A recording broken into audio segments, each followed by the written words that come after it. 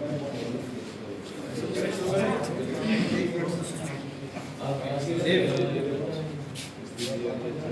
थोड़ा शांत हो जाना आप लोग प्लीज। आप सभी साथियों का इस महत्वपूर्ण प्रेस वार्ता में बहुत स्वागत है।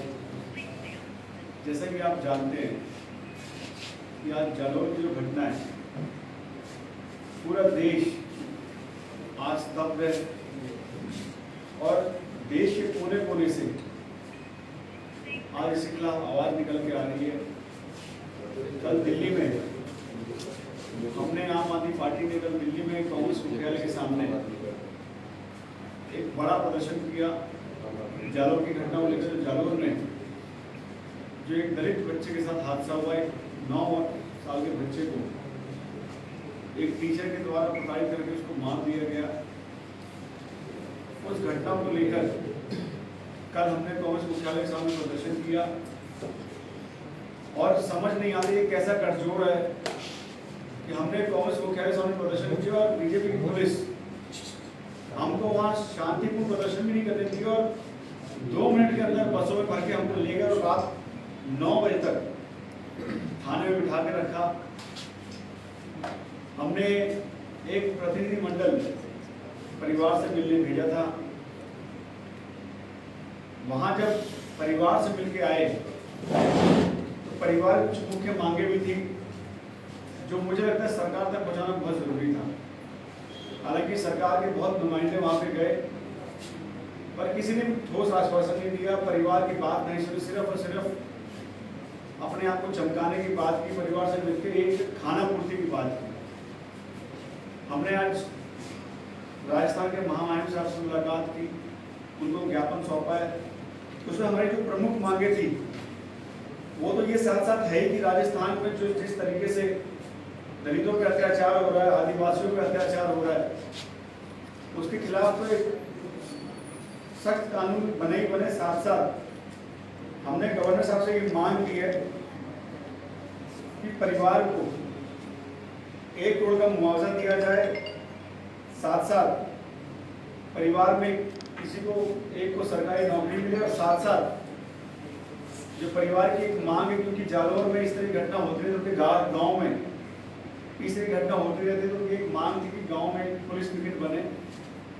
तो हमने महामहिम साहब से मांग की तो सरकार को निर्देश दे कि पिकेट सिर्फ जालौर में नहीं, राजस्थान के हर एक उस गाँव में बने जहाँ पे जातीय अत्याचार होता है। इस तरह की जो अत्याचार होती है उसको संज्ञान में लेकर सरकार को जगाए। तो ये हमने प्रमुख मांगे थी। साथ साथ जब हम उस परिवार से मिले तो बड़ा दुखद है, मुझे उस परिवार ने बकायदा एक नोट लिख के दिया। इस नोट को अगर आप पढ़ेंगे तो आपको भी लगेगा क्या दिखाया जाए, क्या परिवार के साथ हुआ है। इसमें परिवार ने जो मांगे की हैं उसमें न्याय संगत बात की है और जिससे मैं भी सहमत हूँ। परिवार का कहना है कि आसपास के 50 गांव की इंडिपेंडेंट सर्वे, 50 जो स्कूल है, 50 स्कूल का इंडिपेंडेंट सर्वे कराया जाए तो उससे आपको पता चल जाएगा कि इस तरह की घटनाएं वहाँ कितनी आम है। दूसरा, परिवार जब शव लेके आ रहा था तो परिवार अहमदाबाद से जब शव लेकर आ रहे थे तो मेरी एम्बुलेंस को पुलिस के चालक ने चलाई और मेरे साथ में 2 सिपाही बिठाए जिन्होंने मेरा फोन छीन लिया। अब जिस परिवार के साथ हादसा हुआ आपने उसका फोन छीन लिया, तो इसकी भी जांच कराई जाए कौन कौन से पुलिस इन्वॉल्व है। अगर कुछ ऐसा अत्याचार परिवार के साथ हुआ है तो उसकी भी जांच हो। अब आप ये देखिए, अगला पॉइंट परिवार लिखता है, जो मांग करता है, मेरे आंगन में शव के ऊपर बैठे हम लोग पर लाठी चलाई। मुझे, मेरे पिताजी, मेरे भाई, मेरे रिश्तेदारों और सहयोग करने वाले लोगों को लाठीचार्ज करने वाले लोगों पर कार्रवाई नहीं हुई। ये लड़के के पिता कहते हैं। आप सोचिए जिसका मासूम बेटा इस दुनिया से चला गया, उनके ऊपर आप लाठीचार्ज करते हैं।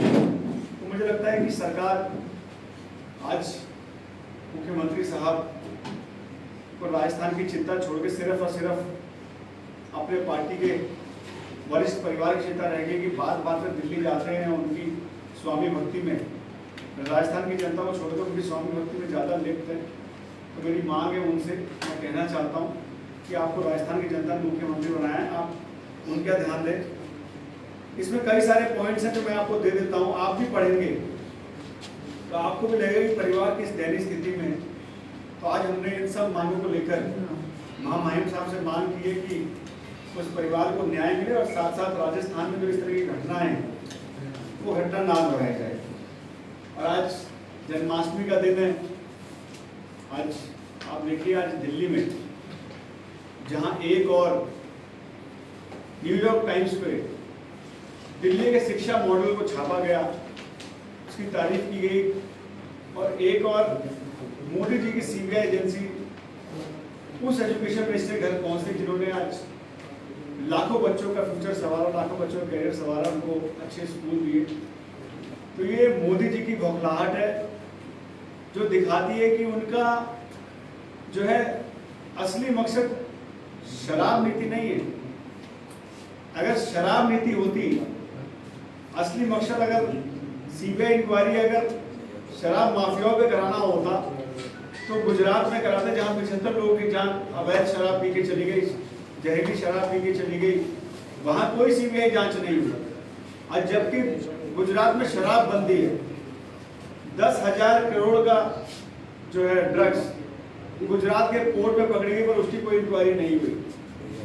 बुंदेलखंड में मोदी जी ने जिस एक्सप्रेसवे का उद्घाटन किया, 5 दिन बाद उसकी सड़कें धंस गई, उसकी कोई जांच नहीं हुई। ये सीबीआई या दिल्ली पुलिस या ईडी, ये सिर्फ और सिर्फ विपक्ष के लिए, विपक्ष के लोगों को दबाने के लिए। पर मैं वो कहना चाहता हूँ मोदी जी को, आज अरविंद जी का कारवां निकल गया है। दिल्ली और पंजाब के बाद आज अरविंद केजरीवाल जी की लोकप्रियता पूरे देश में बढ़ गई है, और अब अरविंद जी का कारवां रुकने वाला नहीं है। आज अरविंद जी के शिक्षा मॉडल की, स्वास्थ्य मॉडल की देश और विदेश दोनों जगह चर्चा हो रही है। आप देखिए, जब शिक्षा की बात हुई, इससे पहले स्वास्थ्य की जब बात हुई, तो स्वास्थ्य को लेकर सत्येंद्र जैन साहब को बंद कर दिया। उसके बाद शिक्षा का जब न्यूयॉर्क टाइम्स में आया तो शिक्षा मॉडल को लेकर मनीष जी पे ईडी कार्रवाई, सीबीआई को भेज दिया। तो ऐसी कार्रवाई आम आदमी पार्टी बहुत होती रही है। पहले भी इनके बहुत सारे रेड अरविंद जी के यहाँ भी हुई थी, मनीष जी के यहाँ पहले भी रेड हुई, पहले भी कुछ नहीं मिला, और अब भी मैं दावे के साथ कह रहा हूँ कुछ नहीं मिलेगा। मैं तो सीबीआई से कहना चाहूँगा, पिछली बार अरविंद जी के 4-5 मफलर लगे थे, वो तो हमसे वापस ले लीजिए। तो आज मजाक बना के रख दिया केंद्रीय एजेंसियों का। मोदी जी से यही कहना चाहूँगा कि जो मेक इंडिया नंबर 1 जो मुहिम अरविंद जी ने छेड़ी है, उसमें राजस्थान के 8 करोड़ लोग उसमें जुड़ेंगे और इस देश को पूरी दुनिया में नंबर 1 बनाने में कोई कसर नहीं छोड़ेंगे। बहुत बहुत धन्यवाद। सर, आपने जो ज्ञापन दिया है राज्यपाल को, कौन मेरे साथ मेरे दिल्ली से विधायक कुलदीप जी जो कोल्डी के विधायक और दिल्ली विधानसभा में दिल्ली आम आदमी पार्टी के SC/ST के अध्यक्ष हैं, और हमारे साथ हमारे जोधपुर के संभाग प्रभारी थे, वहाँ के लोकसभा प्रभारी थे, और जालौर से भी थे। तो हम 9 लोग गए थे और हमने जाके ज्ञापन दिया उसमें। क्या आपको लगता है आपकी क्योंकि दल जो वहाँ पर होकर आया कि वास्तव में मटके से पानी पीने के कारण मारा? देखिए, हमने यही मांग की है राज्यपाल साहब से कि इसकी सही जांच कराई जाए, और जो परिवार ने एक मांग रखी है, हमने ये परिवार की मांग हुई। परिवार इसमें कहता है कि आज जो ये बात हो रही है, परिवार कहते हैं कि आसपास के 50 स्कूल जो हैं उसकी आप जांच करवाएं, तो उससे जो है दूध का दूध पानी का पानी हो जाए। तो मैं राज्यपाल साहब से यही मांग करता हूँ कि सरकार पे अब किसी को विश्वास नहीं है, अशोक गहलोत जी पे किसी को विश्वास नहीं है, और ना बीजेपी पे किसी को विश्वास है। क्योंकि आज मैं हैरान हूँ कि इतना बड़ा मामला है, बीजेपी चुप बैठी है, बीजेपी कहीं कुछ बोल नहीं रही है, कहीं निकल नहीं रही है।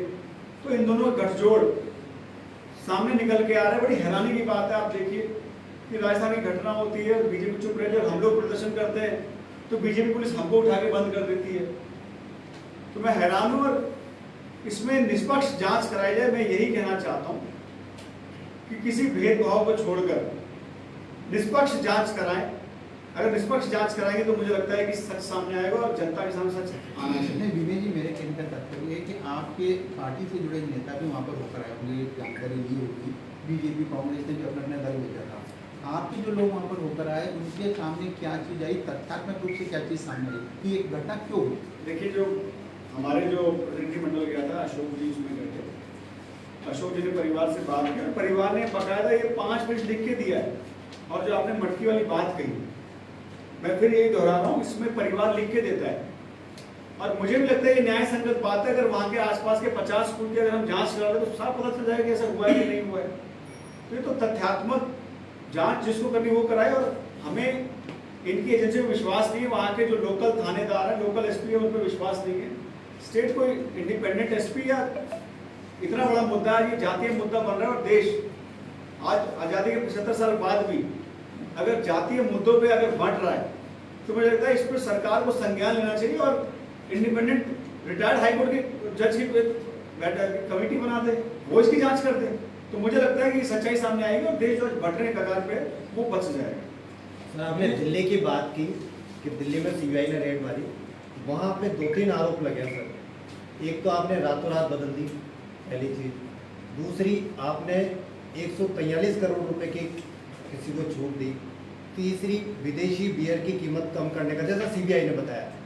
तो रातों रात बदलने का 30 करोड़ का आपने लाइसेंस धारकों को थोड़ी छूट दी है और विदेशी बियर की कीमत कम करने का आपने कहा है, तो उस बारे में आप क्या कहेंगे? देखिए, हमने तो सीबीआई से जब हमारे आपने देखो इससे पहले प्रवक्ता ने मांग की थी, हमने यही कहा था कि एलजी साहब ने रातों रात जो है उसमें चेंज कर दिया। एलजी साहब ने किया या आपने मतलब उनके हिसाब से बताया? देखिए, मैं इसको याद हूँ जो इससे आपने इससे पहले पीसी देखी होगी, मनीष जी ने एक बड़ी क्लियर पीसी की थी और सौरभ भारद्वाज जी ने भी उसमें दोहराया था कि हमने जो पॉलिसी बना के दी थी उसको एलजी साहब ने रात में चेंज करके अचानक से उसको जो है रोक दिया। तो उन्होंने किसको पता, हमने सीबीआई से मांग की, आप उसकी इंक्वायरी कराएं। और दूसरा जो ये पैसों की बात है तो मनगढ़ंत बातें हैं, ये तो अभी सच्चाई सामने निकल के आ जाएगी। और जो रात हमने जो विड्रॉ किया, जब आप हमें बताइए, जब आप हमारे अफसरों को धमकाएंगे, जो शराब की कंपनी है उनको धमकाएंगे, जब हमारे अफसर जब ऑक्शन नहीं करना चाह रहे उनको जो है आपकी केंद्रीय एजेंसी और केंद्र सरकार आई जो सर्विसेज वालों को धमकाएगी, तो वो बेचारे क्या करेंगे? तो जब उन्होंने ऑक्शन करने से मना कर दिया तो हमको विड्रॉ करना पड़ा। जब अफसर डरे हुए हैं, जो काम करने वाले लोग जब डरे हुए तो वो कैसे करेंगे? इसलिए हमको मजबूरन उसको विड्रॉ करना पड़ा। आप अफसरों को इंडिपेंडेंट काम करने दीजिए, देखिए ऑक्शन।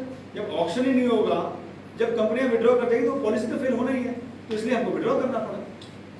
जालौर वाले प्रकरण में जांच के अलावा भी आपको कुछ अभी करने वाले हैं धरातल पर? निश्चित तौर पे जांच के साथ साथ हमने एक बात और कही, सिर्फ इस राजस्थान में सिर्फ एक जालौर की घटना नहीं है। हमने चूंकि हम यहाँ सरकार में नहीं है और हम हमारे मंत्री राज्यपाल गौतम साहब ने भी अशोक गहलोत जी को चिट्ठी लिख के दी है कि परिवार को 1 करोड़ का मुआवजा दें। हम तो मांग कर रहे हैं कितने करोड़ कि 1 करोड़ का मुआवजा दें कम से कम परिवार को। और पूरे राजस्थान में जो इस तरह घटनाएं हो रही हैं, आप देखिए 28% जो है घटना बढ़ी है दलितों में, 40% आदिवासियों में घटना बढ़ी है। तो ये पिकेट सिर्फ जालौर गांव में नहीं, पूरे हर राजस्थान में पिकेट बने ताकि ऐसी घटनाएं रोकी जाए। मतलब कितना दुखद है कि ये मूंछ रखने पे यहाँ आदमी को मार दिया जाता है। आज भी बारात निकालने पे जो है पुलिस प्रोटेक्शन लेनी पड़ती, तो आज कहाँ राजस्थान है? तो यहाँ के मुख्यमंत्री, और सबसे बड़ी बात आप देखिए, अभी कुछ दिन पहले आपने देखा होगा एक दलित महिला को जिंदा जला दिया गया और मुख्यमंत्री साहब कल प्रेस कॉन्फ्रेंस में पूछ रहे हैं कि कहाँ हुई है ये घटना। तो इससे बड़ा दुखद क्या होगा कि राज्य के मुखिया को ये नहीं पता कि उनके क्षेत्र, उनके जो राज्य में इतनी बड़ी घटना हुई वो उनको जानकारी नहीं है। तो ऐसी सरकार को तो बिल्कुल हटना चाहिए और निश्चित तौर पर इस पर हमारा प्रदर्शन जारी रहेगा। आपने 1 करोड़ का मुआवजा मांगा, तो क्या जहाँ आपकी सरकारें हैं वहाँ भी इस तरह का मुआवजे का प्रावधान है क्या? आप देखिए, निश्चित तौर पे जहाँ दिल्ली में आप देखिए कोविड में जो लोग शहीद हुए उनके परिवार को हमने जो है कोविड वाला दर्जा 1 करोड़ रुपये दिया। हमने दिल्ली में जो है कोविड और ये अलग अलग देखिए, निश्चित तौर पे हम तो बहुत भगवान से शुक्रिया अदा करते हैं कि आज दिल्ली में घटना नहीं हुई। अगर दिल्ली में होगा तो निश्चित तौर पे हम अगर ऐसा कुछ कार्रवाई होगी तो सरकार संज्ञान लेगी और उस परिवार को हर संभव मदद करेगी जो परिवार को दरकार है।